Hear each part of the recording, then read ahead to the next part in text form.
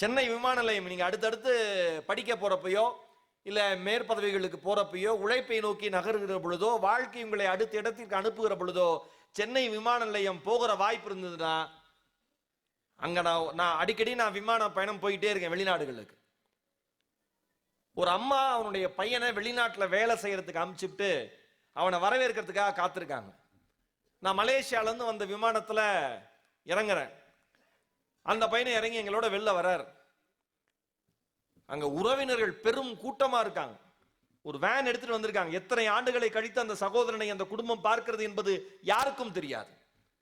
ஒரு வேன் எடுத்துட்டு வந்து வேன் எடுத்துட்டு வந்து நிக்கிறாங்க போல இருக்கு. அவ்வளவு பெரிய கூட்டம் அந்த ஒரே ஒரு ஆளை வரவேற்பதற்கு. எத்தனை வருடங்கள் கழித்து நேரடியாக அவர் முகம் பார்க்கிறார்கள் என்பது எனக்கு தெரியாது. அவர் இறங்கி வெளியில வந்தோன அம்மாவை கட்டி பிடிக்கல, ஒய்ஃபை பார்க்கல, தங்கச்சியை பார்க்கல, குழந்தைய பார்க்கல, நண்பர்களை பார்க்கல. இந்த மண் மீது விழுந்து ஓன அழுத அந்த ஆளு. ஏன் தெரியுமா? இந்த மண் தருகிற பாசம் உலகத்தில் வேறு எந்த மண்ணும் தராது என்பதை புரிந்து கொள்ளுங்கள்.